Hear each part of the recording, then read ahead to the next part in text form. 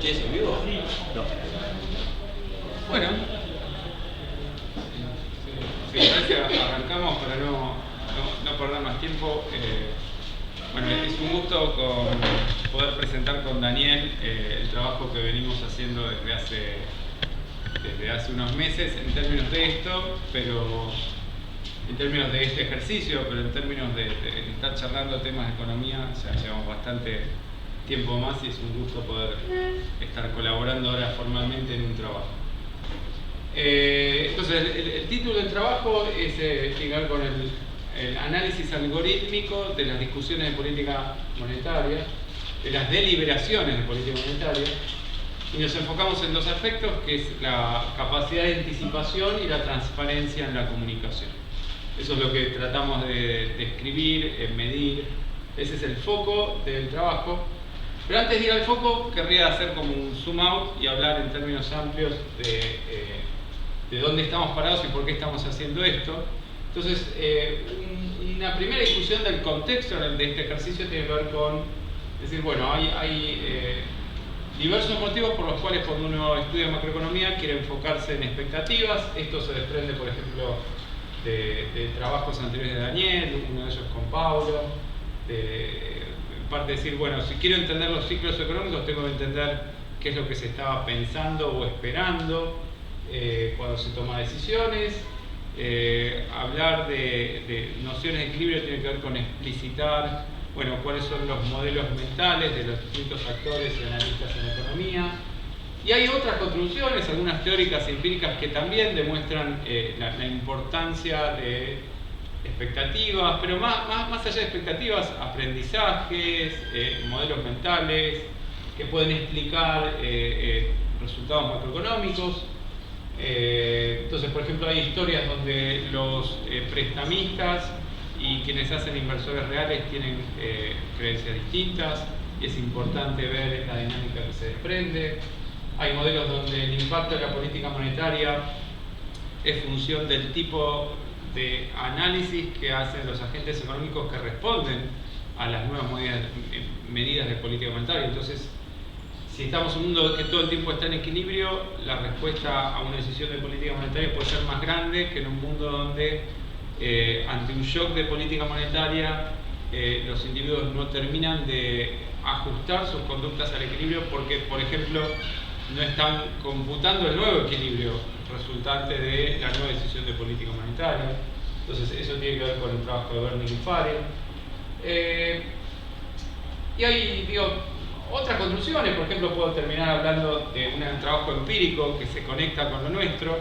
El trabajo de Malmendier y Nagel lo que hicieron fue medir las expectativas de quienes hacen política monetaria en Estados Unidos.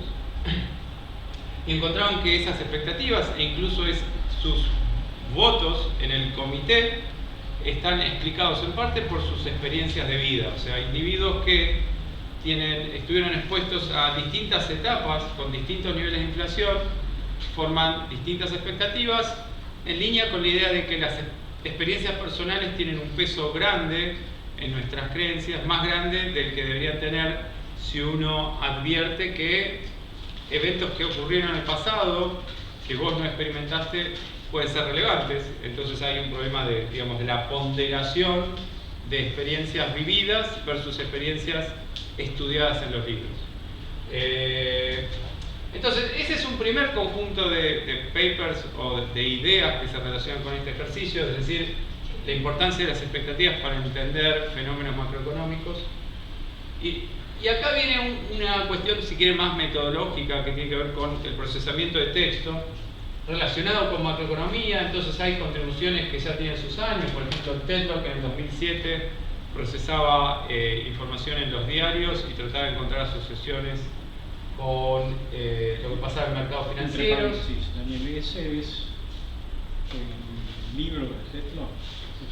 Ese es un paper del Journal of Finance 2007. Porque está el libro de Super Forecasters, claro. Sí, es una familia muy virtuosa, Philip Tetlock y Paul Tetlock. Entonces, y este paper es de Paul, del hijo Paul. Pero sí, podría estar en nuestra placa también el papá. Esa es la placa del... que su hijo iba a ser tan bueno. No sé, vamos a leer su biografía, a ver si en un momento lo predijo.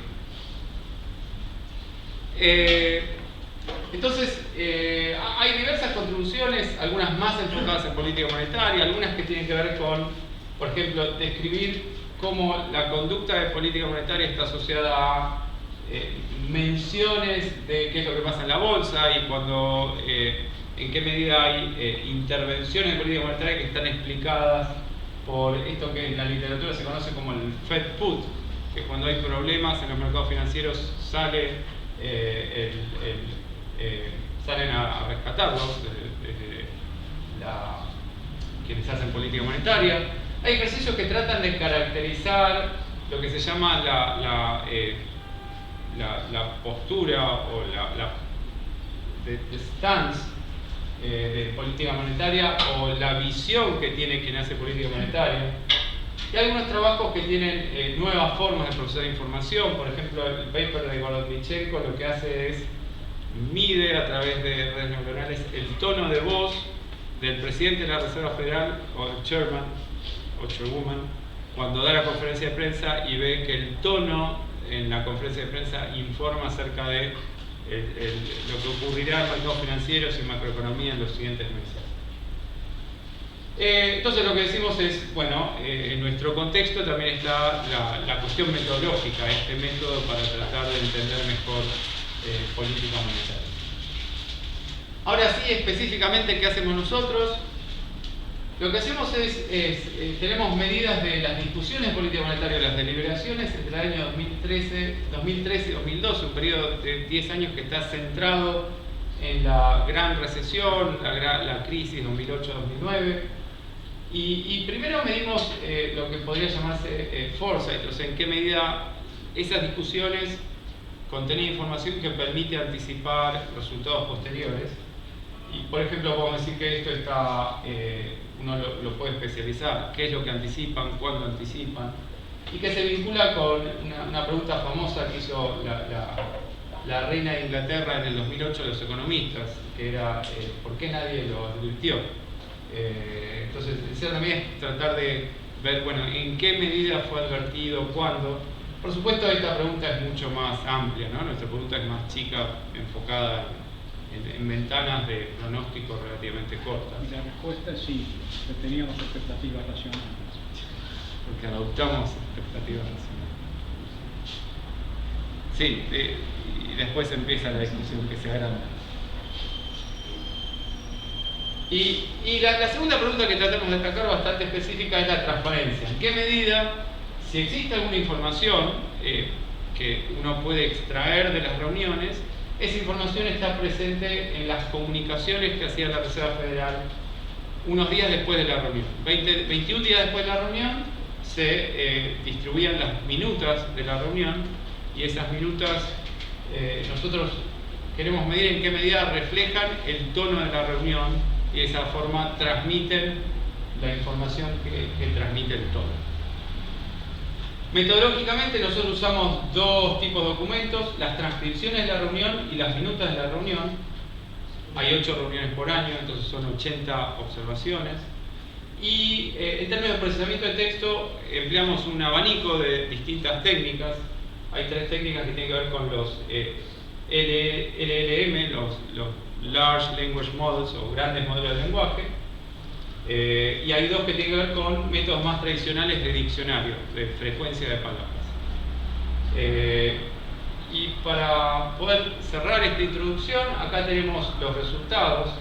Nosotros encontramos que sí, que estas discusiones políticas contienen información sobre condiciones financieras, sobre las opiniones, sobre el sentiment, sobre las revisiones de pronósticos de crecimiento. Entonces encontramos que hay información. Para dar una idea de nuestro resultado, acá tengo una frase, dice: una variación de una desviación estándar del índice anticipa un incremento de 0,3% en el crecimiento esperado, anticipa una revisión hacia arriba, al alza, de 0,3% en el crecimiento esperado en los próximos 4 trimestres. Entonces, eso da una medida de la escala, pero después vamos a ver más resultados en detalle. En términos de transparencia, nuestros resultados, esto no lo dije, pero está claro, todo este ejercicio es preliminar, algunas cosas más, otras menos, entonces todos sus comentarios son muy bienvenidos. Pero en términos de transparencia, quizás acá es donde hicimos alguna contribución más reciente. Nuestros resultados parecen indicar que la información es transmitida por las minutas a través de distintos análisis, algunos visual o computando la correlación, otros más con ejercicios de pronóstico. Y al mismo tiempo los resultados sugieren que los analistas esa información no la toman. O sea, nuestro test simultáneamente nos dice esas dos cosas. Las minutas transmiten información y los analistas no la incorporan en sus pronósticos de una forma que tiene que ver con que nosotros podemos, con el contenido de las minutas, anticipar revisiones que se producen más adelante sobre pronósticos que también se hicieron más adelante. Entonces, esa es la conclusión por el lado de transparencia. También tenemos algunos comentarios para hacer sobre cuestiones metodológicas. Entonces, en buena parte de nuestro análisis, el método del diccionario, que es un método más tradicional, más simple, de cómputo más barato, tiene un desempeño similar a los grandes modelos de lenguaje, que son más costosos de implementar. Ahora, cuando miramos documentos más chicos, como las minutas, ahí eso ya no es verdad. Los grandes modelos de lenguaje tienen un mejor desempeño que el método de diccionario. Y esto tendría que ver con que los grandes modelos de lenguaje extraen en forma más eficiente, digamos, la información contenida en el texto. Y finalmente tenemos un resultado que sugiere que en circunstancias como estas, enfocando el análisis a temas financieros, o sea, procesando texto relacionado con finanzas, resulta en indicadores más informados. Ese es el resumen de los resultados, pero también tenemos un comentario más exploratorio que tiene que ver con un método que más recientemente estamos trabajando. Y el punto de partida es decir, bueno, buena parte de lo que hacemos nosotros es simplemente calcular el tono, o lo que a veces se llama el sentiment en inglés, que no es sentimiento, sino es opinión, digamos, o Estado de ánimo. el estado de ánimo combinado con alguna opinión sobre si los resultados serán deseables o no. Y eso es una forma, si quieren, simple, pero probablemente está dejando información, no está terminando de extraer toda la información, y está agregando un montón de cuestiones distintas, o sea, sentiment o opiniones con respecto a qué. Entonces, una posible estrategia para tratar de extraer más información, que tenga una interpretación más clara para saber de qué se está discutiendo, puede tener que ver con lo que acá proponemos, que es entrenar modelos de lenguaje con los textos que representan los textos de cada reunión. Entonces, acá tenemos como un pipeline donde uno tiene un gran modelo de lenguaje. Por ejemplo, el que venimos usando es un modelo de Facebook que es open source, que fue abierto. Entonces, este modelo en principio no fue especializado. Nosotros lo que podemos hacer es pasar de un modelo de lo que se llama pre-trained, preentrenado, a un modelo fine-tuned, que se le hace la sintonía fina con el documento de la Reserva Federal. Entonces yo tengo un transcript de la Reserva Federal correspondiente a una reunión de un día. Ese transcript tiene todo lo que se discutió en esos 2 días de la reunión. Entonces es un documento de 100, 200 páginas. Y uno puede usar ese documento para que empiece a adoptar los patrones del lenguaje. Al final son estadísticas, probabilidad de ocurrencia de una frase, probabilidad de ocurrencia de una palabra, condicional a, por ejemplo, una pregunta o condicional a una frase inicial. Entonces la idea es que con el fine-tuning uno puede tratar de absorber información en la forma de probabilidad de ocurrencia de una palabra. Y uno obtiene un nuevo modelo, que uno lo puede llamar un modelo fechado, un poco inspirado en el trabajo de Gabriel con Daniel. Esta idea de decir, tratemos de ver en un momento del tiempo qué es lo que se pensaba, cómo se ve la realidad. Y una vez que tiene este modelo que se le hace la sintonía fina, uno luego puede generar texto. Entonces uno, por ejemplo, un ejemplo simple, le puede decir currently economic conditions y pedirle al modelo que complete la frase. Entonces el modelo podría decir economic conditions are uncertain, in fact, incoming data, y sigue hablando el modelo. La verdad, nosotros, esto es algo bastante nuevo, vamos a mostrar algunas cositas. No, es que pensando ahí, ¿entra en juego el diccionario o ya me perdí definitivamente? ¿Perdón? ¿Los diccionarios entran en juego? Bueno, o sea, lo que sí hay es lo que en estos métodos se llama tokens. Entonces no son necesariamente palabras, pueden ser partes de palabras. Es como que a estos modelos vos le das una frase y los modelos lo parten en pedacitos que se llaman tokens. ¿De dónde absorben lo que no tiene? Para completar la frase. O sea, el método diccionario, suponete un ejemplo muy simple sería, bueno, contá la cantidad de veces que aparece la palabra recesión, ¿no? Entonces tu indicador es un método diccionario, vos tenés una palabra clave y medís cuán frecuentemente aparece. Ahora, estos modelos de lenguaje, vos le tirás una frase, esa frase es procesada por estos modelos que son modelos no lineales, con muchas capas, y eventualmente ese modelo, por ejemplo, el modelo BERT, que vamos a estar discutiendo ahora, le asigna una categoría. Te dice, mira, esta oración en términos de sentiment es un 8. Esta oración en términos de sentiment es un 7. Entonces, esos son los modelos de lenguaje que clasifican oraciones. Ahora, esto es algo distinto, sino esto tiene que ver con un modelo de lenguaje al cual yo le enseño a producir lenguaje en forma similar a lo que ocurrió en la reunión de ese día. Entonces yo le pido a ese lenguaje que adoptó, digamos, que va a generar palabras utilizando probabilidades similares a las que ocurrieron ahí, le voy a pedir que genere texto. Entonces, por ejemplo, acá yo le pido al modelo del marzo del 2006 que complete la frase currently economic conditions are, y yo le puedo pedir que genere al azar varias respuestas, porque al final este modelo lo que te dice es la probabilidad de ocurrencia de una palabra. Entonces le puedes pedir que genere las palabras con la probabilidad que el modelo dice. Entonces el modelo me da, este modelo, el modelo entrenado con la reunión de marzo del 2006, me dice favorable, broadly favorable, essentially stable, pretty positive. Y ahora voy 2 años hacia adelante y lo hago con el modelo de marzo del 2008 y me dice particularly weak, green, quite poor, sluggish. Entonces, en principio, acá es simplemente una idea. Vamos a mostrar algunos resultados asociados a esto, pero en el fondo lo que estamos tratando de hacer es quizás construir una herramienta que tiene otros usos. Entonces acá menciono algunos otros usos. Uno podría hacer este ejercicio de generación de texto para extraer una narrativa. Una pregunta, no entiendo nada. ¿Para qué sirve la generación esta de textos? Entonces, hay un primer uso que nosotros vamos a demostrar, es tratar de ver si yo le puedo hacer preguntas más específicas que me brinden un texto que permite interpretar más claramente qué es lo que se pensaba en ese momento de la reunión. Eso eventualmente podría terminar en un índice también, o podría ser algo que uno describe más cualitativamente. Tu objetivo sería, dado el FOMS de un periodo, usando un análisis de sentimiento, por ejemplo, utilizando redes neuronales, utilizando, es decir, por lo que entiendo, el FOMS del periodo siguiente, sería así.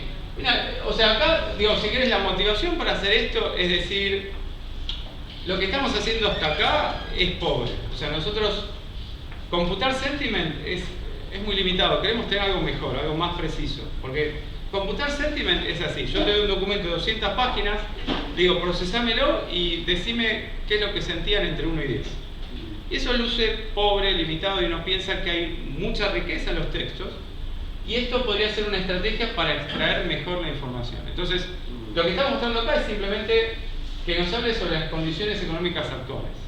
Entonces uno podría, esto es una conjetura, que esta estrategia es más útil para obtener un indicador de sentiment sobre las condiciones económicas actuales. Y luego uno podría crear un indicador de sentiment sobre el futuro de las finanzas, un indicador de sentiment sobre si en la reunión estaban contentos o estaban peleados. Entonces, es una estrategia que nos podría generar, nos permite extraer información en forma más exhaustiva, más específica.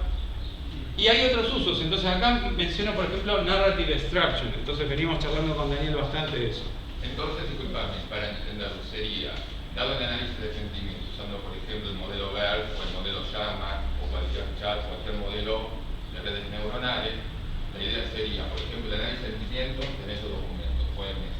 Te daría un tono positivo, negativo, neutro, digamos, pero en redes neuronales, te daría esta información. Eso por un lado, por lo que veo, que serviría si están leyendo estos informes, entender mejor la situación actual, y por otro lado, el objetivo sería ligarlo con la situación futura de indicadores económicos. Cómo la situación actual, mejor vista con análisis de sentimientos, me podría predecir mejor, por ejemplo, el desempeño económico. Si querés, digo, yo al presentar este slide, que es un poco más exploratorio, quizás estoy desviando la atención de la charla. Entonces, si quieren, vuelvo un segundo hacia atrás. Nosotros tenemos un conjunto de métodos que probamos y que nos llevó a estas conclusiones acerca de la información que emerge o que uno puede extraer de las reuniones de la Reserva Federal con respecto a lo que pasa después en la economía y acerca de la transparencia. Y ahí usamos métodos, algunos más de frontera, otros menos de frontera. Y por otro lado queríamos compartir algunos avances que, si quieren, que están motivados por esta cuestión. Es decir, el ejercicio que hacemos hasta ahora es mapear un documento a un número que está entre 1 y 10. Y queremos en realidad sacar mejor la información, más específica, más exhaustiva. Y por ejemplo, generar narrativas. Y esa es la motivación detrás de esto. Y eventualmente tratar de identificar, por ejemplo, si hay un dialecto de crisis, si hay una especie de forma de lenguaje específico a situación de crisis. Y eso puede ser interesante de desbrozar un poco algo más respecto de la medición cruda del estado de ánimo. Sí, o sea, hay un uso que es simplemente seguir tratando de predecir. Y hay otro uso que tiene que ver con decir, bueno, caractericemos cómo la gente está pensando los problemas y cambios en la forma. Patrones de comportamiento que se pueden inferir de alguna manera de la manera en la cual la gente procesa el lenguaje. Ahí, sí, o sea, hay algunas cosas que exploramos y no estamos mostrando hoy, pero por ejemplo, les pedimos a estos lenguajes que traten de describir cómo pensar problemas macroeconómicos y cómo cambia esa respuesta según sean periodos normales, periodos de crisis. Hay un tema, no sé si esto está discutido en el paper, pero que es la retroalimentación entre el texto, digamos, cómo decir las cosas y el hecho de que vos sabés que, digamos, que los actores del sistema financiero, por ejemplo, en Estados Unidos sobre reaccionan más que en otros países. Es decir, hay una retroalimentación potencial. No, pero eso no lo tiene que determinar esto. O sea, ahí viene, yo creo que tu comentario se conecta con esta cuestión de transparencia, ¿no? De decir, bueno, ¿qué queremos decir y qué queremos que salga de acá, de la reunión? Entonces, algo de eso vamos a estar viendo. Una cosita, y ahí el tema de las discrepancias de criterios que citan las minutas, ¿cómo? Porque ahí tenés información diferente, diferentes perspectivas. Sí, esa es una buena pregunta. Nosotros en este momento, tanto en los métodos anteriores como este, volcamos todo el documento a un único, si querés, canal. Pero uno podría pensar, y eso lo veníamos charlando, tratar de separar, ¿no? Y de escribir quizás las opiniones de lo que uno quizás podría identificar distintos bandos en una reunión. Eso es algo que nosotros hoy no exploramos, pero es relevante. Nosotros, en este momento, si hay varios bandos, esto podría emerger porque nosotros vamos a generar muchas veces texto. Entonces, si hay varios bandos, el modelo cuando tira aleatoriamente distintos outputs, te va a tirar de uno y de otro. Y de hecho eso lo vemos a veces, cuando a veces hay múltiples opiniones que se contradicen, que son generadas a través del mismo modelo de lenguaje. Porque vos tenías un comentario. No, yo lo que estaba pensando es que porque tus inputs son palabras, ¿no le puedes agregar datos a la vez? Sí, bueno, eso tendría una escala que supera lo que hoy podemos hacer, pero uno se imagina hacia adelante. El dato es En el- menos. No, en las minutas. En el. No, además de la minuta, le agregar, no sé, estado de la serie de tiempo de PBI, inflación, digo. Bueno, es lo que tiene el problema. Eso, o sea, esto que tenemos nosotros son modelos de lenguaje, donde yo lo que podría hacer es, además de enchufarle acá la información sobre qué se discutió en la reunión, Valores numéricos. le podría dar, sí, le podría dar descripciones de qué está pasando con la economía, diciendo, bueno, el PBI creció tanto. Claro. O también podría acá dárselo, decir, bueno, dado que el PBI creció tanto, ¿qué me decís? ¿No? Entonces, sí, hay ejercicios más ricos que uno puede hacer. También uno puede pensar que nosotros lo que estamos haciendo es entrenando un modelo con datos de la reunión, pero uno podría pensar en construir algo que vaya evolucionando. Entonces el modelo se va ajustando a medida que pasan nuevas reuniones, hay nuevos ejercicios de sintonía fina. Eso es algo, en parte no lo hice porque no lo supe hacer, pero también porque lleva energía, ¿no? Tal vez se podría hacer con un random forest. Random forest te permite incluir datos de este tipo como datos cuantitativos. Sí, yo creo que no podría hacer eso con esto, porque estos son modelos de lenguaje y no sé si, por lo menos hasta donde yo entiendo, no lo puedo hacer dialogar con el random forest. Pero bueno, después si querés podemos seguir charlando. Claro. Gracias. Claro, que sí, vos que tenés que traducir el dato, lo que dice Gaby. Que... O sea, yo no va. podría ingresar la información en forma de texto, o sea, eso lo podría Forma de decir. texto. Pero al mismo tiempo el texto tiene números y estos modelos tienen capacidad para interpretar números. Yo no sé si eso es válido, pero meterte en la conversación, quiero decir. La conversación. Meterle una especie de input de una conversación virtual. Del Sí, estilo, sí, eso y sería en un el poco medio- lo que hoy podría ser. En el medio de este despiole de la discusión apareció el dato fulano, estoy citando, que muestra que Lehman Brothers se cayó. Sí, y un poquito yendo en esa dirección, digamos, por ejemplo, con Martín y con Paula estamos trabajando con los transcripts de los learning calls. O sea, las empresas trimestralmente tienen reuniones donde los ejecutivos charlan con inversores, con periodistas, y eso hay una base de datos que estamos trabajando y uno podría decir, bueno, esto podría ser combinado, pero bueno, ya me parece que me estoy yendo mucho por las ramas, pero sí, hay un montón de formas de enriquecer esto. Vamos a ver nosotros una parte del ejercicio. Entonces, volviendo al paper en sí, y luego eventualmente vamos a mirar un poco más las exploraciones. Esta es la estructura de la charla. Y voy a empezar hablando de los datos. Entonces, los datos, como decíamos, son datos muy ricos. O sea, cada reunión están las transcripciones. Son 80 reuniones en nuestro periodo de análisis. Y en promedio los documentos tienen 2.700 oraciones y 5.000 palabras. El contenido es diverso, porque están hablando de qué pasa con la economía y las finanzas, cuáles son los riesgos a largo plazo, qué políticas deberíamos implementar. Los participantes también son heterogéneos, porque están los 12 miembros del comité, más los técnicos de la Reserva Federal. De paso hago una publicidad. Gracias a Daniel vamos a tener la visita de un técnico de la Reserva Federal el miércoles que viene. Andrés Schneider viene. Y bueno, ojalá podamos hablar con él y que nos Tengo la cuente oportunidad de preguntarle de su estado de ánimo. para después invertir. Y hay, como Dice, dije, cuando 8 habla cada reuniones. uno dice el nombre antes, 2 puntos. Sí. Ahora vamos a ver una página, no sé si aparece bien, pero sí. Hay 8 reuniones regulares al año. Cuando hay crisis hay más, porque hacen reuniones de emergencia.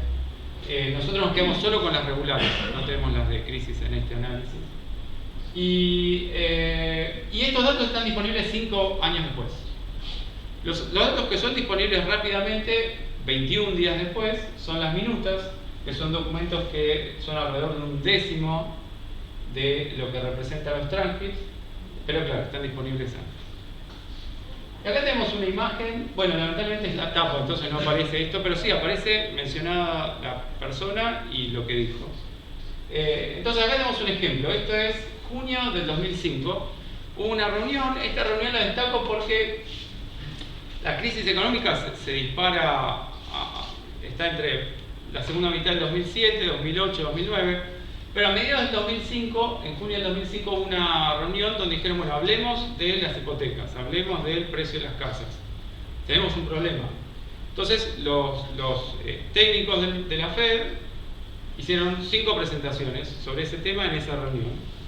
Y bueno, ahora vamos a ver que no hubo grandes alarmas. Digamos, hacia junio del 2005 estudiaron esa situación y concluyeron que no había grandes riesgos. Fíjate lo que dice ahí. Anécdota. Lo trataban como una cosa popular. Anecdotario. Claro, acá hay una frase, por ejemplo, de esa reunión, donde Mr. Fitch, que era el vicepresidente de la Reserva Federal de New York, Son los diarios, son. sí, dice, rara vez pasa algún día sin que haya algún artículo periodístico que hable de anécdotas que afirman que Estados Unidos está experimentando una burbuja inmobiliaria que va a explotar pronto con consecuencias desastrosas para la economía. Se está quejando de los diarios, dice, los diarios. Bueno, digo, debemos también ser humildes y reconocer que hacia junio del 2005 los precios todavía no habían llegado a su techo, que hacia junio del 2005 todavía había bastante margen para que crezca la complejidad de esa red financiera que colapsó. Pero bueno, lo cierto, lo que sí podemos describir es, en ese momento el análisis... Pedro y el Lobo funcionó a pleno. Perdón. Pedro y el Lobo. Claro, hubo parte de esa historia, ¿no? Perdón que esta noche se hablaron de esto, pero también Mr. Pitch podría decir, y dirá si voy a decir que todo va a explotar. No. Eso va a aparecer. Sí, o sea, porque nuestro análisis... Sí. Que esa es una frase medio irónica. Él está diciendo, acá hay un conjunto de artículos que son una porquería y que están diciendo pavadas. Él lo está diciendo sin decirlo. Hay que ver si es más difícil distinguir el mensaje. Claro. Sí. Y varios comentarios. O sea, fíjense que nuestra pregunta primera, Foresight, nuestra pregunta es, como siempre pasa en economía, cuando uno quiere medir algo con precisión, la pregunta se vuelve más simple. Entonces, nosotros no vamos a testear si en el 2005 anticipaban lo que pasaba en 2009. Nosotros vamos a hacer una ventana, un horizonte más corto. Eso va a ser nuestro análisis formal. Este sería nuestro análisis informal, ¿no? Donde destacamos un documento y hacemos una observación. Y en segundo lugar, de transparencia va a surgir ahí la cuestión de decir, bueno, tenemos que ser cautelosos con lo que decimos. Y hay una anécdota de Mishkin que vamos a mostrar. Entonces, en términos de metodología, tenemos primero 2 métodos simples.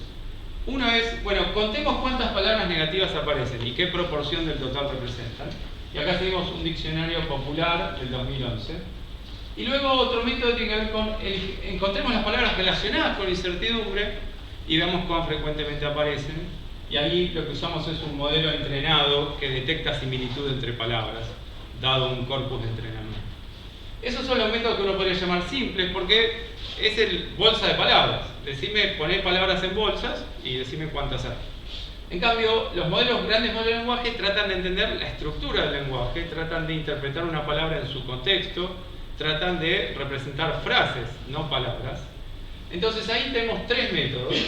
El primer método tiene que ver con el modelo BERT, que fue propuesto por investigadores de Google en el año 2018.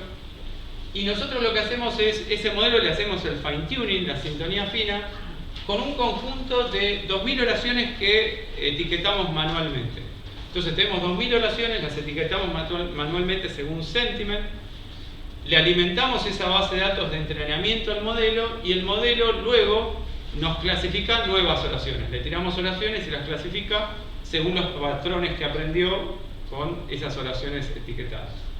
Esa es la primera alternativa con un gran modelo de lenguaje. Hay una segunda alternativa que tiene que ver con una técnica llamada Natural Language Inference.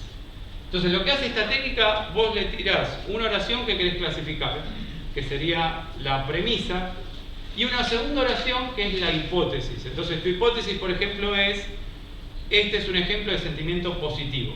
Esa es tu hipótesis. La premisa era una oración de la reunión. Entonces lo que hace el modelo es ver en qué medida estas 2 oraciones están alineadas o van en sentido contrario. Entonces de esa forma uno puede nuevamente clasificar sentiment en función de este modelo que aprendió a clasificar si las oraciones están alineadas o no.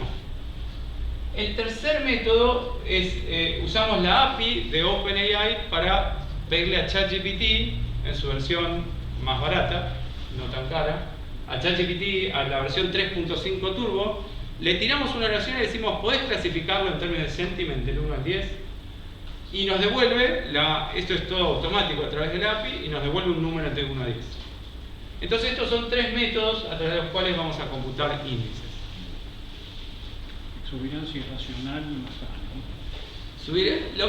Ahí, por ejemplo, con ChatGPT algo interesante que nos muestra cómo uno puede refinar el análisis, es que cuando hablabas de inflación y decías los precios subirán, se ponía contento, decía, no, esto es sentiment positivo. O sea, por supuesto, todas estas cosas son imperfectas, tienen ruido. Se ve que no entrenó con datos argentinos. Bueno, entrenó poco con datos argentinos. ¿Cómo? Lo estamos esperando. Ahora voy a entrar a la versión local. Bueno, eso respecto a métodos. Acá tengo slides donde describo un poquito más cada uno de los 3 modelos de lenguaje, pero creo que con el tiempo disponible cualquier cosa, si tienen un poco más de curiosidad sobre cada uno de estos 3 métodos, los podemos, les cuento un poco más. Ahora, también lo que hacemos es generar indicadores relacionados con finanzas. Entonces ahí usamos el modelo NLI para identificar oraciones que tengan que ver con finanzas, y esa clasificación la usamos para quedarnos con un subconjunto de los textos, y a ese subconjunto de los textos le pasamos los mismos algoritmos, esos 5 algoritmos, 2 de diccionario y 2 grandes modelos. Y acá está la primera versión del índice. Creo que esta letra es medio chica, no se llega a ver, ¿no? Entonces, lo que tenemos es, estos son los 10 años y las 80 reuniones. Por ejemplo, algunos puntos. Esto es marzo del 2003, Estados Unidos inicia la guerra de Irak. Esto generaba, claramente uno ve la reunión y se manifestaba incertidumbre alrededor de esa fecha. Hacia junio del 2005, se pusieron a discutir cuestiones de qué pasa con el precio de las propiedades, qué pasa con las hipotecas, y esta es la reunión donde hablaron mucho de hipotecas y propiedad. Perdón, acá me olvidé algunas notas de color, pero creo que ustedes lo pudieran haber leído.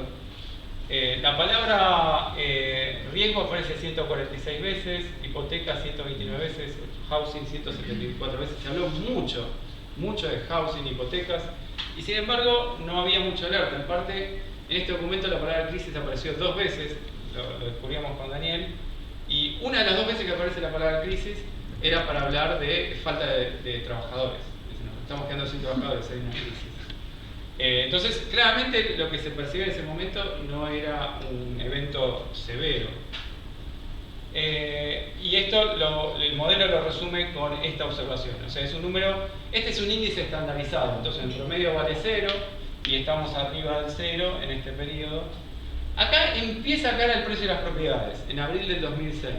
Y vemos quizás en promedio una caída. Por supuesto, estos indicadores son ruidosos. Entonces, por ejemplo, acá tenemos en septiembre del 2005 ocurrió Katrina. Entonces hablaron un montón de todos los problemas que causó Katrina. Entonces nuestro índice cayó porque en parte no estamos seleccionando con cuidado distintas observaciones. Estamos poniendo todas las observaciones en la misma bolsa. Dani, ¿vos te centrás en la cuestión de la tendencia o la volatilidad te dice algo? Porque la volatilidad parece ser como que un día hablamos una cosa, otro día otra. Sí. Nosotros estamos, o sea, vemos que hay ruido de corto plazo. Pero nosotros no lo estamos filtrando. Nuestro índice es el índice tal cual como está. Podríamos querer filtrar. ¿No? ¿Cómo? Digo, por lo que estabas diciendo, estabas pensando más en no centrándote en la volatilidad, sino en la tendencia. No estamos midiendo tendencias, sino más. Fíjate que al final estamos haciendo sentiment analysis. Entonces, es decir, las opiniones son mayormente positivas o negativas. Entonces, estamos viendo cómo eso fluctúa y luego testeamos si esas fluctuaciones informan acerca de qué pasa con el ciclo económico. Está midiendo el sentimiento neto, positivo o negativo, está midiendo el Bueno, lo estamos estandarizando. Entonces, si hay un sesgo hacia lo positivo, un sesgo no condicional hacia lo positivo o negativo, eso lo limpiamos. Entonces, en promedio esto vale 0. No hay ninguna persistencia a la hora, porque esto el sentimiento, ese clima de época, algo así, como el sentimiento que eso hay una persistencia, algún tipo de relación con lo que pasó antes en el futuro. Bueno, nosotros no estamos modelando mucho esta serie de tiempo. Entonces, por ejemplo, podríamos medir la persistencia de los shocks, eso no lo estamos haciendo. estamos tomando el índice y viendo si anticipa, o sea, bajo la hipótesis nula, variaciones en este índice no deberían generar algunas sorpresas en particular. O sea, si querés, al principio esto es descriptivo, déjeme hacer un par de observaciones más. En agosto del 2007 el índice cae fuerte, o sea, en el verano del 2007 en Estados Unidos hubo mucha volatilidad en mercados financieros, aunque no había una percepción de una crisis amplia. El valor más bajo del índice ocurre en marzo del 2008, que es un poco antes del periodo más crítico, según muchos observadores, que es octubre del 2008. En septiembre del 2008 quiebra Lehman y ahí se produce el pánico descontrolado. Y en octubre del 2008 también hay pánico y todo el mundo estaba mirando al Congreso a ver si el Congreso aprobaba el rescate o no aprobaba el rescate. Entonces de repente parecía que el Congreso no lo aprobaba y el pánico se disparaba de vuelta. Y estos son los valores que observamos en ese periodo.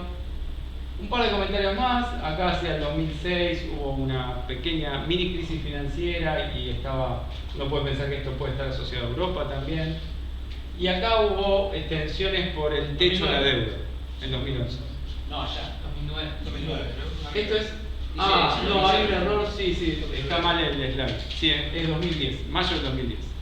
O sea, en mayo del 2010 se produjo lo que llamaron el flash crash, que fue un día que la bolsa funcionó una caída vertical de muchas acciones y parece que tenía que ver más con cuestiones técnicas. Técnicas en un contexto donde se percibía mucho riesgo con Europa. O sea, uno puede pensar que se combinaron un problema técnico con una percepción del estado de la economía global. ¿No tendría que haber sido más bajo el índice? Bueno, estos son menos 3 desviaciones estándar, ¿no? Después si uno... digo cuando cae Lehman Brothers. Bueno, esto puede ser un elemento virtuoso de lo que ellos estaban viendo venir, porque decís, el momento más crítico ellos no percibían tanto riesgo. Esto por supuesto es una interpretación que es un poco arbitraria, pero dice, si el mayor pesimismo era un momento donde todos los demás no estaban en pánico, y cuando todos los demás estaban en pánico no manifestaban tanto miedo, pero entonces ahí problema de fuerza, porque ahí empieza la recesión. Bueno, vamos a ver, vamos a evaluarlo, vamos a testearlo formalmente, pero sí, o sea, hay más de una posible interpretación de este patrón. ¿Tenés evidencia potencial de efectos del estilo lo mejor y lo peor? No recuerdo haber visto algo así, en el sentido de, por ejemplo, cuando quiebra Lehman, que dicen, bueno, hay que terminar con el riesgo moral. Ahora el Congreso va a poner las reglas que antes daban a en el sentido de dejar que los agentes financieros se arreglen solos, que haya una elección. ¿O en qué sentido? No, al revés. Porque necesitamos que haya un rescate, para eso necesitamos una crisis. Sí, bueno, no recuerdo extraer frases como esas, pero bueno, eso puede ser parte de las exploraciones más finas, ¿no? Sí, la narrativa de queremos que todo explote. Una pregunta, los pero ya que estamos. que pusiste ahí. ¿Cómo? No que queramos que explote, pero ya que estamos. Pero como algo necesario para corregir, claro. O como... Claro, sí. En ese sentido. Perdón, yo tenía una pregunta de Pablo. Sí. Una pregunta, ahí estás agregando 5 indicadores, ¿no? Cuando sabes cómo los agregás, cada uno de esos indicadores te da un nivel de sentimiento basado en las palabras que aparecen en Sí. tus textos. ¿Cómo le explicás al aparato que te tira, a la máquina que te tira ese indicador, cómo tiene que ponderar las distintas palabras? O sea, ¿cómo le explicás que recesión es peor o mejor que depresión? No, está buena tu pregunta porque hay algo que no aclaré. Primero, o sea, este es el promedio, ¿no? Es el promedio con igual ponderación a cada uno de los 5 métodos. Después vamos a ver un poco más desagregados que los resultados son bastante robustos. Ahora, fíjate que para cada método hay una estrategia distinta. Entonces, el método diccionario, o subjetivamente o a través de un modelo, identifiqué las palabras y esas palabras reciben un peso igual, ¿no? Entonces, eso es cuando hago bolsa de palabras. Ahora, cuando uso un gran modelo de lenguaje, en el caso del modelo BERT, yo me encargué de entrenar ese gran modelo de lenguaje con 2000 oraciones que yo clasifiqué manualmente luego de leerlas. De peores a mejores. Las ranqué entre 1 y 10 y son oraciones que extraje del corpus. Pero ¿no? ese 1 a 10 está asociado a mejor o peor Sí, rendimiento. sí, como el tono positivo o negativo. O sea, todo se le da a vos cuando le enseñás. Sí, eso, exacto. Y yo le enseñé el modelo aprende, ajusta sus coeficientes y luego hace la tarea y me da para nuevas oraciones, nuevas clasificaciones, ¿no? Entonces ese es el modelo BERT. El modelo NLI yo no lo entrené, pero hubo gente que estuvo trabajando con un corpus grande y el modelo aprendió a identificar si dos oraciones están alineadas o están en contradicción. Y entonces le asigna probabilidad a, dado un par de oraciones, una es el objeto de clasificación y la otra es la hipótesis. El modelo le asigna una probabilidad entre 0 y 1 y yo a partir de computar el promedio tengo... Le asocia el valor que le habías dado a la empresa originalmente. Bueno, pero fíjate que ahí yo no lo entrené. O sea, claro, ahí yo en cada periodo de tiempo tengo un conjunto de 3000 oraciones. Bueno, cada oración, el modelo me dice cuál es la probabilidad que exprese sentimiento positivo o negativo. ¿Eso se lo decís vos o te lo dice el modelo? El modelo entrenado, yo le doy la oración y me da una probabilidad. Le doy una oración y me da una probabilidad. El modelo es un clasificador. Y yo promedio las clasificaciones y ese es el índice, en el caso del modelo NLI. Digamos, la estrategia que utilizaste ahí supervisada, vos tenías la clasificación y aprendió cómo clasificar. Claro, esos tres modelos son modelos... Bueno, pero, quizás es un momento para hablar de una metodología que es popular ahora con estos grandes modelos de lenguaje, que es el Zero Shot Learning. Sí. Entonces vos tenés un modelo que nunca desarrolló esa tarea, pero como sabe tanto de cómo usamos el lenguaje y de asociaciones entre conceptos, puede desarrollar nuevas tareas. Entonces, por ejemplo, en el caso del modelo ChatGPT, cuando uso el modelo ChatGPT, uno puede pensar que hay algo que es como Zero Shot Learning, porque yo le pido que clasifique el sentimiento o las opiniones económicas de un texto, pero el modelo nunca fue explícitamente preparado para hacer eso.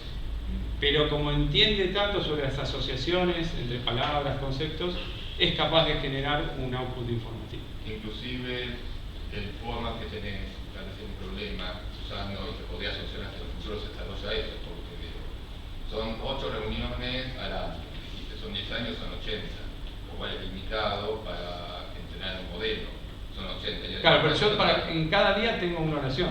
Digo, en cada día tengo 3000 oraciones. Pero sigue siendo poco en sentido, y lógicamente muchas de las oraciones tal vez nos sirvan, unas minutas se refiere a estructuras o observaciones. Eso, además los datos pueden estar desbalanceados, hagamos alguna decisión, después me imagino. Fíjate que en realidad nuestro ejercicio tiene dos partes. Tiene una parte que es generar un índice. Sí. Y después tiene una segunda parte donde sí tengo 80 observaciones y trato de ver cómo estas 80 observaciones, qué información me proveen. Entonces, si querés, ahora vamos a pasar esa parte. Y lo último, negatividad o certeza, utilizaste un diccionario, me imagino. Los otros son los modelos de... Sí, o sea, negatividad es un diccionario de un paper bastante influyente y certidumbre también es un diccionario. Perfecto. Y los otros tres son los grandes modelos. Perfecto. No sé si esto te complica, pero el 0 es el promedio de tu periodo de tiempo. Si agregaras más años, y hubiera cambios de época más, ¿no? Digamos, tal vez podría, quiero decir, lo que es pesimismo en 2008 no necesariamente es lo mismo en 2023. Sí, tu observación habla de algo, si querés, hay dos respuestas. Una es, este 0 es simplemente para la visualización y para la interpretación de qué es lo que pasa, pero después cuando lo ponemos en el modelo de pronóstico, no este 0 no importa. Okay. Pero más profundamente, sí, nuestro análisis es válido para esta ventana de tiempo, para un periodo muy particular, una crisis muy atípica que no se veía desde la Gran Depresión. Entonces, la forma de interpretar nuestros resultados es esa, ¿no? O sea, esto es válido para esta ventana de tiempo. Si uno quiere hacer afirmaciones más generales, debería analizar con cuidado. Una consulta un poco más teórica, pero rápida. Vos planteaste que pocas veces se nombra la palabra crisis como que pareciera que no hay... Eso cambia, ¿eh? Después ahora vamos a ver otros casos. Te quería decir que viendo esto uno pensaría que se anticipan de cierta forma porque ya unos meses antes de la crisis es como que tenés el pico de pesimismo. Sí, de hecho, por ejemplo, acá la palabra crisis apareció 12 veces en marzo del 2008.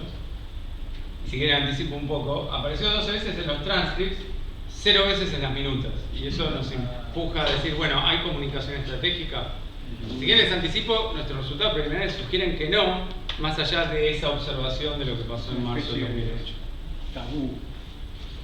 Parece que sí, de hecho, sí, vamos a ver cómo Mishkin dice, bueno, esto es una crisis financiera, pero en público yo lo voy a llamar perturbación, disruption. Y de hecho las minutas no lo ponen. Lost in translation. Pero de vuelta, también nuestros resultados sugieren que, ahora vamos a charlar, pero esto es como un modelo de chip top, ¿no? Donde uno transmite información sin consecuencias inmediatas, directas. Pero también hay reputación, entonces parece que predomina la cuestión de reputación por arriba de... Por eso es lo que encontramos ahora en unos minutos voy a mostrar. ¿Cuánto se conoce públicamente de los transcripts en el momento? Los 5 años después. No, en el momento de la discusión de la o sea, algo se conoce. Las minutas. Claro. Bueno, hay múltiples, o sea, en el día de la decisión de política monetaria hay un statement y la mitad de las veces también hay una conferencia de prensa. Luego vienen las minutas, después estarán las filtraciones, ¿no? Porque también hubo un par de escándalos, pero las minutas aparecen 3 semanas después, los comentarios me imagino que empiezan a emerger una vez que algunos actores financieros hicieron las movidas necesarias. Sí, debe haber filtraciones. Entonces, ¿cómo testeamos nosotros nuestro ejercicio? Tenemos sea Y un resultado de interés, puede ser los retornos en la bolsa, el sentimiento del consumidor. Tratamos de pronosticar el resultado de interés en función del valor rezagado de esa misma variable. Digamos, estamos H periodos hacia adelante, donde H es la cantidad de reuniones hacia adelante. O sea, una reunión ocurre aproximadamente cada 6 semanas. Entonces, si H es 1, es 6 semanas hacia adelante, etc. Y luego nuestro modelo es muy parsimonioso, simplemente incluimos una variable que es el tono de la reunión en el periodo M. Y entonces este modelo lineal utiliza valores históricos del tono de la reunión y de la variable de interés para pronosticar valores futuros de esa variable de interés. Entonces es un modelo, y acá sí tenemos 80 observaciones, ¿no? Entonces, y ahí, bueno, por supuesto, es una limitación, es un número chico de observaciones. Y a eso se agrega que es un periodo especial, ¿no? Entonces siempre conviene interpretar estos resultados teniendo en cuenta esos aspectos. Entonces, brevemente, si quieren, para aprovechar el tiempo, los resultados hablan de capacidad de anticipar diversos aspectos, como condiciones financieras, opiniones o sentiment en la prensa de los consumidores y revisiones de crecimiento económico. Entonces, acá hay un ejemplo, por ejemplo, este es el índice VIX, que es una medida de volatilidad esperada. Y lo que esta tabla nos dice es que tanto cuando usamos modelos LLM, diccionarios, nos concentramos en temas de finanzas o miramos todas las discusiones, encontramos asociaciones negativas, es decir, un aumento en el índice hace que caiga la volatilidad esperada, una reunión hacia adelante, 2 reuniones hacia adelante, 4 y 8. Perdón, no lo hace, no, anticipa una caída en la volatilidad esperada, ¿no?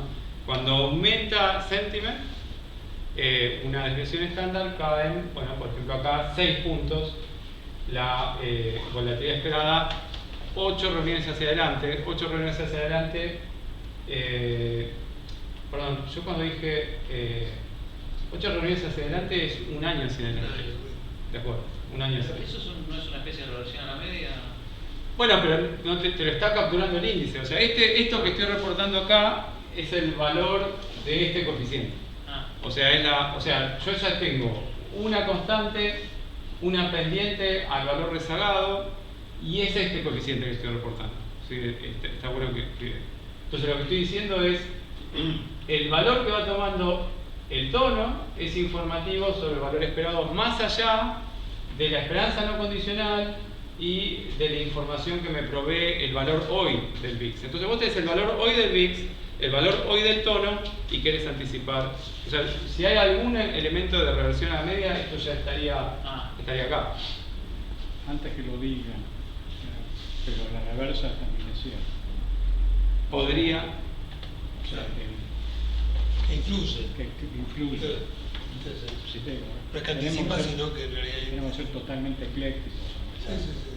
Sí, o sea, este es un análisis, digamos, donde estamos midiendo un canal o una asociación en un contexto donde hay otras asociaciones, otros canales de causalidad. No es causalidad, porque estamos midiendo la información contenida en los tonos, no estamos detectando causalidad acá, ¿no? Por supuesto que no.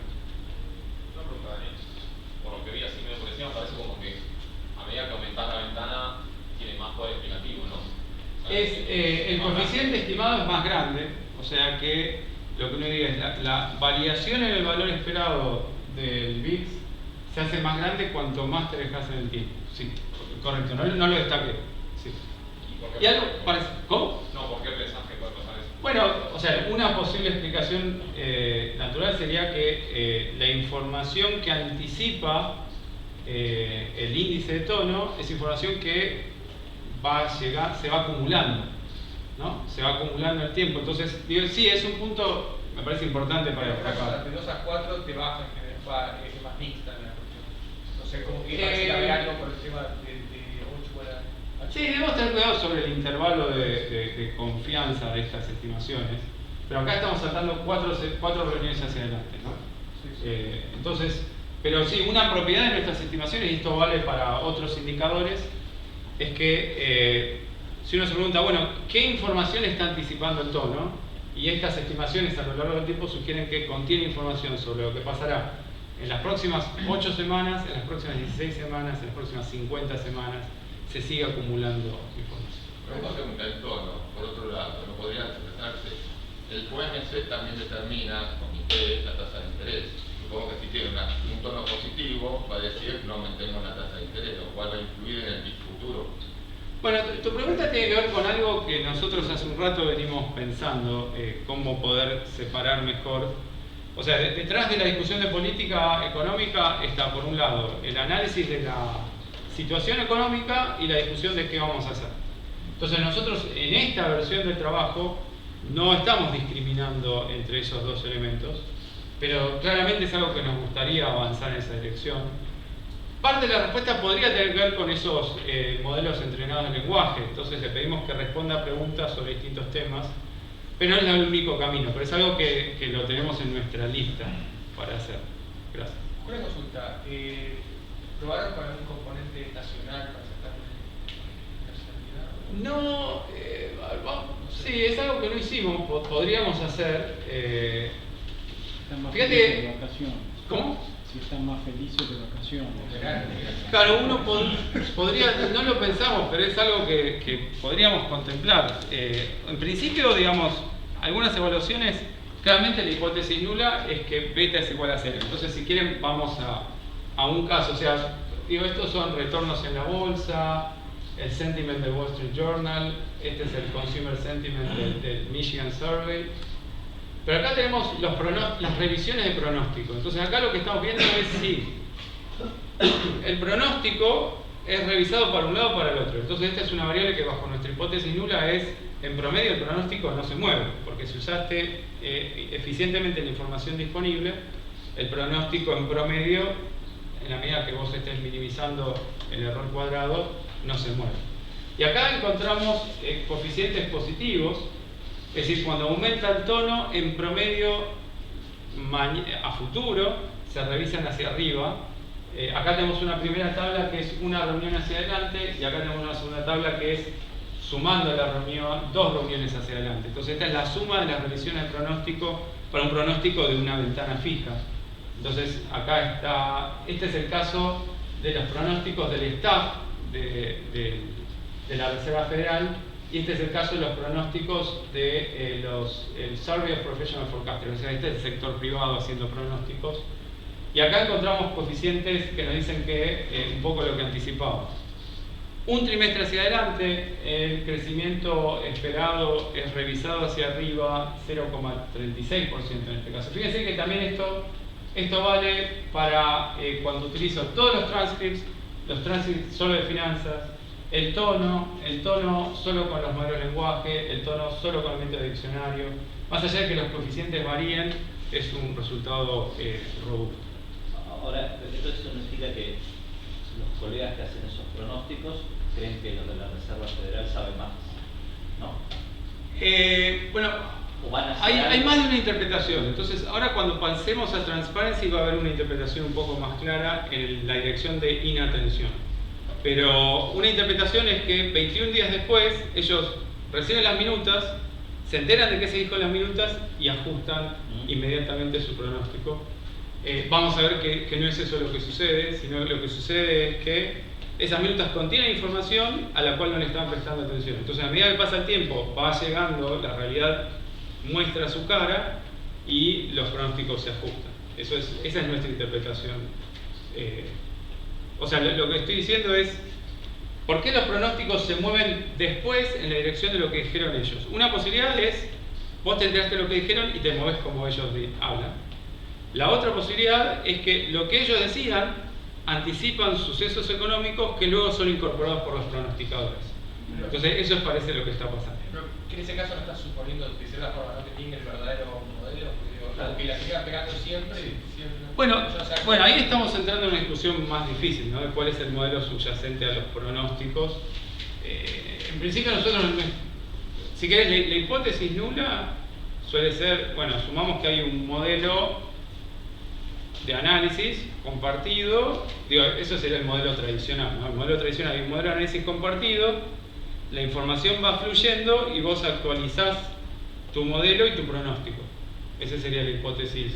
Por supuesto, parte de nuestro paper tiene que ver con, o de nuestro ejercicio, tiene que ver con pensar en alternativas, ¿no? Pero ahí, si el sector privado y la reserva comparten el mismo modelo, ¿quiere decir que la reserva tiene acceso a datos antes que el sector privado?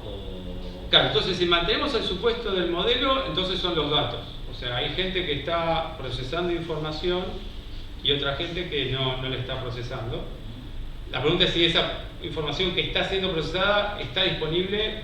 No la procesás porque no está disponible o no la procesás porque estás desatento. Entonces, el último ejercicio que mostramos sugiere que es porque están desatentos. Por esa información permanentemente puedes estar desatento. Una vez que te decís, mira, estos tipos están mirando esto, la siguiente vez. No, o sea, el ajuste del pronóstico tiene que ver con que eventualmente incorporás esa información. Entonces, tu pronóstico se corre hacia arriba porque eventualmente esa información que no estaba siendo incorporada, puede ser porque se realiza un evento o porque empezaste a prestar atención, la incorporás. Y pero una vez que lo que él dice es, si 2 veces no le prestas atención, a la tercera te das cuenta de que tenés que prestarle atención. Claro, salvo que salgan constantemente datos de variables que son nuevos nuevos y... Claro. Bueno, hay más de una... Fíjate que hay 2 historias ahí, ¿no? Sí. Si vos, lo que no tiene que pasar es que vos les dejes infinito tiempo a entender que tienen un modelo menos bueno que el de lado.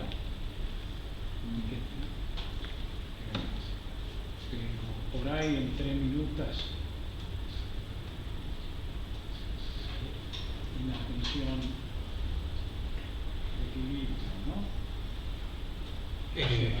Sí, no, nos estamos metiendo en una discusión grande, que nuestro paper es bastante más humilde, pero, o sea, hay una historia de cuál es el modelo subyacente. Entonces decimos, la hipótesis nula es que es el mismo, pero es probable que distintos agentes utilicen distintos modelos para anticipar qué va a pasar.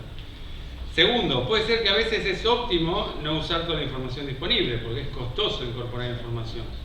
O que también sea óptimo tener un modelo más chiquito, más parsimonioso, y ahí, en esos escenarios puede haber que haya errores sistemáticos. Y puede ser que ellos... Y por último cambia la estructura de la economía, ¿no? Y eso ya es un baile más grande todavía. Igual en este caso, Daniel, o sea, lo que ustedes ven es que justamente no habría ningún quiebre estructural. Pues, es como que siempre la estarían pegando lo de la Reserva Federal, los pronósticos, y el sector privado llega tarde, pero siempre termina incorporando. O sea, por lo tanto, si habría un quiebre estructural, probablemente la estaría piqueando mucho más. Nosotros lo que decimos es qué ocurrió en promedio en esta ventana de 10 años. En promedio, en esta ventana de 10 años, y no lo estoy mostrando todavía, en promedio, en esta ventana de 10 años, había información disponible en las minutas que si hubiese sido incorporada hubiera generado ajustes en los pronósticos que no se observaban más tarde. Y eso es lo que ocurrió en promedio. Hay cuestiones para tratar de explicar por qué, o sea, por ejemplo, cuál sería el mejor modelo de aprendizaje que explica esto, o cuál era el modelo subyacente de los agentes que explica esto, o cuáles fueron sus estrategias para incorporar información en sus pronósticos. Y esas preguntas en este momento exceden lo que nosotros hacemos. Sí, Pau. Me perdí un poco con el mensaje de las variables, porque mensaje. No, eso está, ni lo mostré, Pero cuando pero hablan lo voy a del mostrar. me Si resulta puedo. confuso cuando hablan del pronóstico, porque decís, hay un momento que se corresponde a la minuta, hay un momento en el cual se conoce el contenido de la minuta que 21 días después. Si querés lo cubro ahora. Sí, ¿cuál es Tengo la un diagrama. aplicada y sobre qué periodo está? Tengo un diagrama ahora. Sí. Entonces, digo, esto más o menos termina lo de Foresight. Entonces decimos, bueno, hay bastante información en estos índices. Y acá, bueno, no voy a tener mucho tiempo, pero esto de que entrenamos modelos de lenguaje para que contesten preguntas o completen oraciones, acá se ve chiquito, ¿no? Pero los puntos rojos, verdes y azules tienen que ver con los índices que resultan de pedirle a 20 distintos modelos de lenguajes que completen frases al estilo de la situación económica actual es, o frases de en los próximos años esperamos que la economía esté. Entonces completan esas frases. En cada periodo tenemos 175 frases generadas por cada uno de los 20 modelos de lenguaje, y estos son los tres índices resultantes, porque uno es sobre situaciones actuales, situación actual, otro es sobre el futuro cercano, otro es sobre el futuro lejano. En principio lo que mostramos es, hay una asociación bastante fuerte entre el índice original en azul y los índices que resultan de procesar el texto generado por cada uno de los modelos de lenguaje. Después hay unas cuestiones más, si querés, que en parte explican por qué gastaríamos toda esta energía en entrenar 20 modelos de lenguaje u 80 modelos de lenguaje, y son diferencias. Entonces, por pararme en un punto que me pareció interesante, hacia el principio del 2009 la situación económica corriente era peor que lo que esperamos que ocurra a largo plazo según nuestros modelos de lenguaje. Pero es apenas una observación chiquita que tiene que ver con algo que estamos explorando. Entonces paso a la cuestión de transparencia. Entonces, transparencia es importante si acá tenemos titulares de distintos portales de noticias que dicen las minutas dicen tal cosa, las minutas dicen esta otra cosa. Ahora, las minutas, la comunicación es algo estratégico, entonces uno dice, pensemos en la comunicación estratégica en una crisis. Si vos ves que viene una nube negra, decís, empezás a gritar, hay una nube negra, se termina todo, o tratás de moderar tu lenguaje para tratar de que la crisis no sea tan desordenada, sabiendo que la vas a tener que enfrentar. Entonces acá tenemos un ejemplo, marzo del 2008, y el señor Mishkin, el autor de libros de textos súper exitosos en todo el mundo, en ese momento era miembro de la Reserva Federal, y dice, la realidad es que estamos en la peor crisis financiera que experimentamos desde en el periodo de posguerra. No creo que tengamos que ser tímidos para decirlo. Estamos en una crisis financiera, es peor es peor que una disrupción financiera, ¿no? Que cualquier otra. Tal vez peor que cualquier otra disrupción financiera, que es la palabra que yo voy a usar. No usaré crisis financiera en público. Financial disruption es una buena frase para usar frente al público. Yo realmente pienso que esto es una crisis financiera. La palabra crisis aparece 12 veces en el transcript. Pero para no decirla. Pero en las minutas no aparece. Ahí aparece. No sé si es correcta, pero en público no. ¿Y quién hace la minuta? Entonces las minutas las hace técnicos y luego son aprobadas por los miembros de la reserva.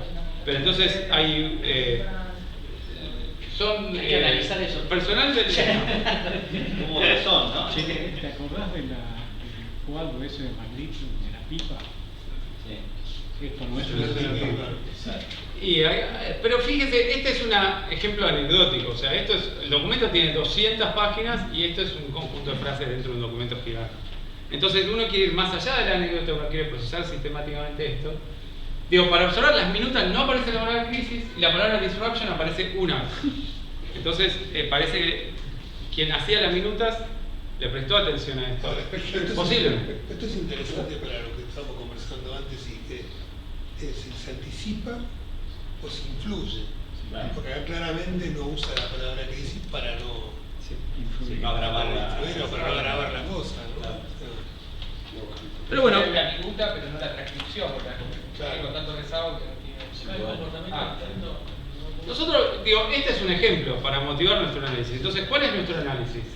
Primero lo que vemos es que, si quieren, salto directamente al siguiente paso. La línea naranja son las minutas.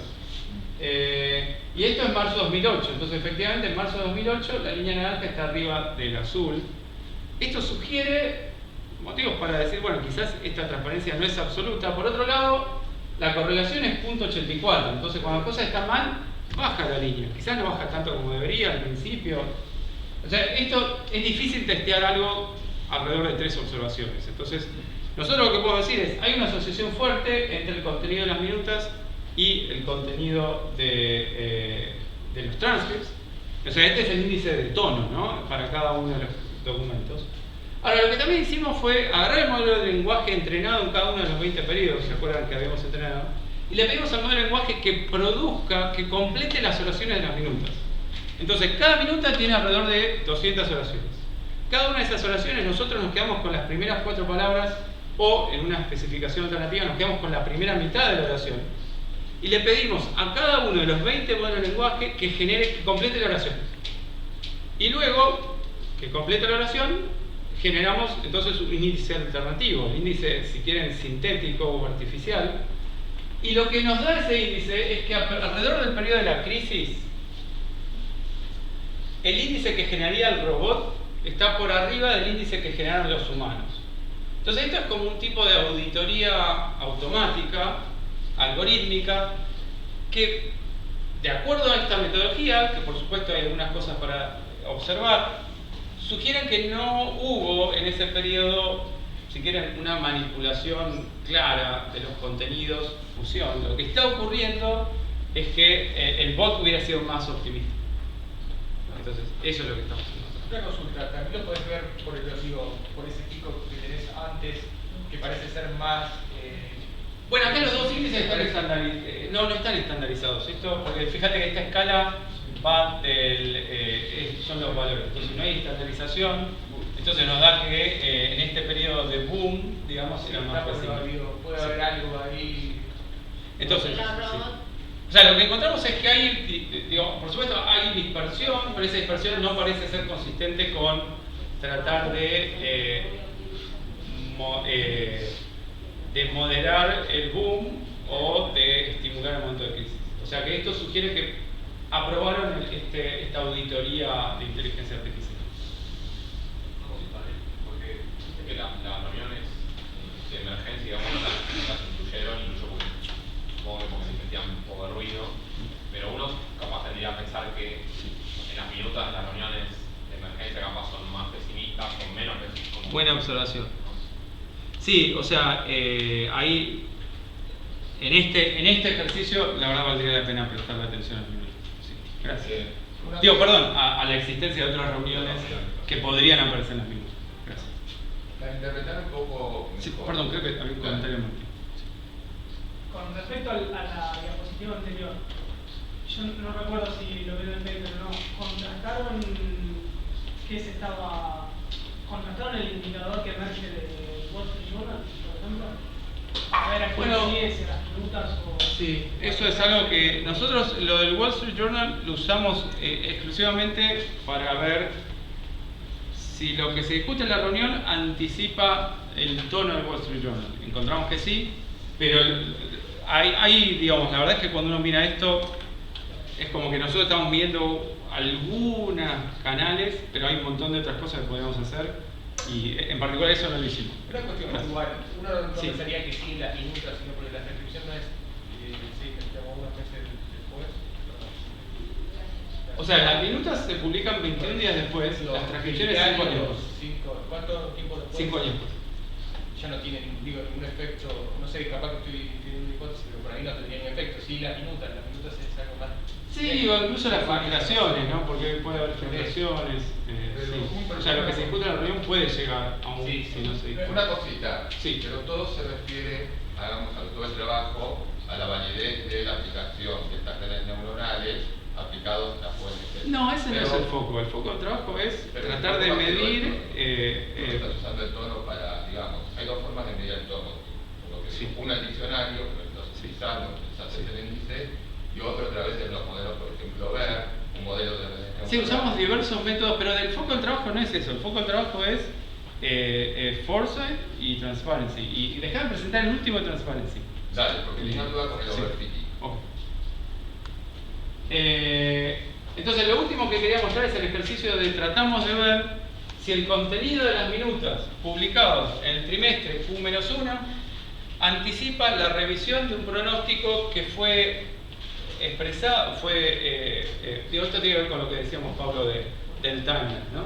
Entonces yo tengo el tono de la reunión, de la segunda reunión del trimestre Q-1, y quiero ver si ese tono de la reunión anticipa la variación en el pronóstico que se difundió en el principio del siguiente trimestre.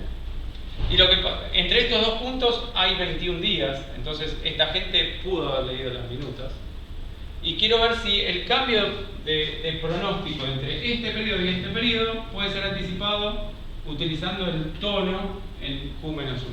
Entonces este era el test más riguroso donde estoy teniendo en cuenta que me aseguro que este pronóstico fue anunciado luego de que las minutas fueron publicadas. Y la hipótesis nula es que esta información que estaba disponible en el momento en el que se comunicó este pronóstico no debería anticipar cómo cambia ese pronóstico para la misma ventana de tiempo. Entonces, estimo un modelo donde nuevamente la hipótesis nula es que beta es 0. Y acá los resultados, primera observación, tengo 40 observaciones. Porque esto no puedo, tengo una observación por trimestre en vez de tener 2 observaciones por trimestre. Bueno, habiendo dicho esto, acá lo que comparo, primero, y también acá me paso a trabajar solo con grandes modelos de lenguaje. ¿Es transmita en el medio de los dos forecasts? Sí, pero esa no la tengo. Porque es más reciente. ¿El cambio responde a la nueva minuta? No, a ver, de vuelta, la hipótesis nula es que esto que estaba disponible y era público en el momento de este pronóstico no debería estar asociado a el cambio de ese pronóstico. Entonces, si vos encontrás que el beta sea significativo, lo que concluyo es que esa información no fue incorporada. Entonces, si la información hubiese sido incorporada... Pero puede ser que sea la otra minuta que tenés en medio de los dos forecasts. Ahí no está. Bueno, pero si hay una asociación entre esta minuta y esta otra minuta, la deberían haber incorporado porque esta está disponible. O sea, fíjate, mi test es si la revisión que se observa recién acá de algo que se anunció acá puede ser anticipada por algo que está disponible acá. Entonces, la hipótesis nula, si el pronóstico está minimizando el error cuadrado medio, es que esta diferencia esperada, si vos te paras acá, la esperanza de esta diferencia es 0, tiene que ser 0. Entonces, si beta es distinto de 0, lo que quiere decir es que la esperanza no es 0. Aunque hay otra variable que está correlacionada con esa. No, pero a ver, es un test de eficiencia del pronóstico. Entonces, no es una descripción de qué pasa con la economía. Es un test de eficiencia del pronóstico y la conclusión del test sería: hay una asociación entre algo que está disponible en el momento en que se hace el pronóstico. Perdón, porque acá me perdí. La información a la que está disponible no es la minuta, sino la información económica. No, es la minuta. Es la minuta. Sí, o sea, lo que yo digo es: hay una reunión a final del trimestre Q-1, y esa reunión tiene una minuta que fue publicada acá. Sí. Luego, los pronosticadores privados hacen un pronóstico de crecimiento en los próximos 4 trimestres. Ese pronóstico luego es revisado. Y yo estoy anticipando, digo, la diferencia de estos dos varía, o la esperanza es función del tono que estaba acá. quiere decir que no leyeron la minuta con atención. Exactamente, esa es nuestra conclusión. Pero puede variar también porque hay otra minuta en el medio ahí está. Bueno, pero, a ver, de vuelta, si hay una asociación... No, o sea, que varíe, por supuesto que tiene que variar. Yo estoy estimando la esperanza condicional. La esperanza condicional es Lo que puede explicar la modificación entre los dos forecasts. ¿Cómo? Sí. Lo que puede explicar la modificación entre los dos forecasts podría ser algo que sucedió entre los dos forecasts. Hay 800 cosas que explicar la decisión de los forecasts, pero yo estoy estimando la esperanza condicional. Bajo la hipótesis nula, la esperanza condicional no tendría que depender de algo que ocurrió antes. Entonces es un test de eficiencia de pronóstico. Entonces, la esperanza condicional, si la esperanza condicional es función, la esperanza condicional de la variación en tu pronóstico es función de algo que estaba disponible antes, eso te lleva a la conclusión de que el pronóstico no es eficiente, que no incorporó adecuadamente la información disponible. Los resultados tenemos que tratarlos con cuidado. Tenemos apenas 40 observaciones y el resultado digamos, la significancia estadística del resultado, dada la cantidad de observaciones, parece satisfactoria. Cuando nos concentramos en el texto de finanzas. Entonces, lo que acá vemos son los coeficientes. Este coeficiente es 0,2 cuando uso transcripts y este coeficiente es 0,2 cuando uso minutas. O sea que los dos, tanto las minutas como los transcripts, me comunicaban la misma información, parece sugerir esto. Es decir, las minutas estaban transmitiendo adecuadamente el tono de la reunión y los pronosticadores no lo incorporaron. ¿Cómo sabes que Perdón, había un comentario. Quiero imaginarme la escena. Vos vas a hablar con un forecaster y le decís, ¿sabés que hay un pedazo de información que vos no estás usando exactamente? Ponele la respuesta. Hay tanta cosa que a las cuales no le estoy prestando atención.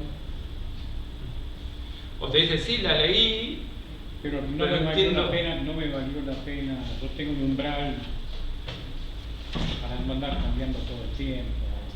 Sí, o sea, la cuestión es, claro, ¿cómo trabajan estos tipos? ¿No? Un poco de intuición, un poco de modelo, y al final del día ni siquiera saben cómo mezclar la información para formar su opinión. Sí.